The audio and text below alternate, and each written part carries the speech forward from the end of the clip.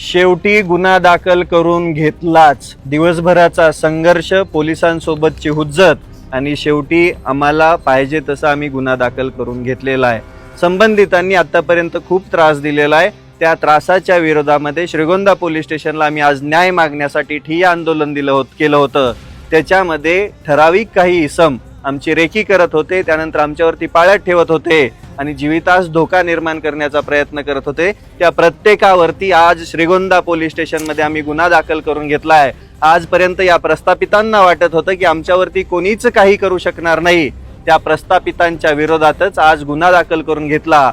उशिरा का होईना श्रीगोंदा पोलीस स्टेशनला शहाणपण सुचलं आणि त्यांनी रीतसरपणे गुन्हा दाखल करून घेतला. आता आम्ही याचा न्याय मागण्यासाठी आम्हाला सर्वोच्च न्यायालयापर्यंत जायची वेळ आली तरी आम्ही जाणार, पण सर्व शेतकऱ्यांना न्याय घेतल्याशिवाय शांत बसणार नाही. या लढ्यामध्ये श्रीगोंदा तालुक्यातील सर्व शेतकऱ्यांनी तर सहभाग नोंदवलाच, त्याच समवेत संभाजी ब्रिगेडचे जिल्हाध्यक्ष अरविंद कापसे साहेब, आपचे राजेंद्र नागवडे साहेब, त्याच समवेत भैया साहेब आमचे, स्मितल वाबळे साहेब, या सर्वांनी शेवटपर्यंत लढा दिला.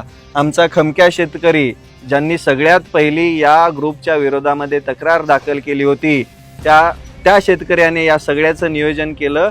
अक्षरशः सकाळपासून एकाच्याही पोटामध्ये अन्न नाहीये. माझ्या सोबत आलेली ती सगळी लेकरं आणि ते जमलेल्या सर्वांचे मी आभार व्यक्त करतो. श्रीगोंदा तालुक्याचे आभार व्यक्त करतो आणि हा लढा अजून थांबलेला नाही. इथून पुढे अन्याय कराल तर हा गब्बर येणार, हा इशारा देतो आणि थांबतो. रविराज साबळेंचा आजपर्यंतचा सगळ्यात मोठा विजय शेवटी करूनच दाखवलाय. श्रीगोंदा पोलीस स्टेशनमध्ये रविराज साबळेंचा एक मोठा विजय झाला. प्रस्थापितांच्या विरुद्ध गुन्हा दाखल झाला. श्रीगोंदा तालुक्यातील शेतकऱ्यांनी प्रस्थापितांच्या न्यायाविरुद्ध आणि जीविताच्या धोक्याविरुद्ध दीर्घ संघर्षानंतर पोलीस स्टेशनमध्ये यशस्वीपणे गुन्हा दाखल केलाय. हा लढा केवळ गुन्ह्यापुरता मर्यादित नाही आहे, सर्व शेतकऱ्यांना न्याय मिळेपर्यंत सुरू ठेवण्याचा हा एक निर्धार आहे. श्रीगोंदा पोलीस स्टेशनमध्ये दिवसभराचा संघर्ष आणि पोलिसांसोबतच्या प्रदीर्घ चर्चेनंतर अखेर संबंधितांवर गुन्हा दाखल करण्यात आला. तक्रारदारांच्या मध्ये काही ठराविक व्यक्ती ह्या आपल्या जीवितास धोका निर्माण होईल यासाठी पाळत ठेवून होत्या. त्यांच्या जीवितास धोका निर्माण करण्याचा प्रयत्न करत होत्या. प्रस्थापित शक्तींच्या दबावाखाली न चुकता शेतकऱ्यांनी ठिय्या आंदोलन करून हा कायदेशीर विजय मिळवलाय. हा लढा इथून पुढे सर्वोच्च न्यायालयापर्यंत नेण्याची तयारी रविराज साबळेंनी दाखवली आहे. या लढ्यामध्ये विविध सामाजिक आणि राजकीय संघटनांनी सक्रिय सहभाग नोंदवला होता.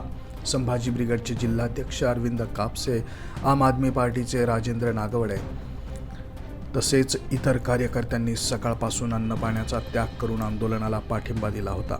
ज्या शेतकऱ्याने पहिल्यांदा या अन्यायाविरुद्ध तक्रार केली होती त्याच्या नियोजनाखाली हा संपूर्ण लढा यशस्वी झाला. श्रीगोंदा तालुक्यातील शेतकऱ्यांच्या एकजुटीमुळे प्रशासनाला अखेर नमतं घ्यावं लागलं. हा विजय केवळ एका EFIR पुरता मर्यादित नसून तो प्रस्थापित सत्तेविरुद्ध सामान्य शेतकऱ्यांच्या एकजुटीचा विजय असल्याचं यावेळेस रविराज साबळेंनी म्हटलंय.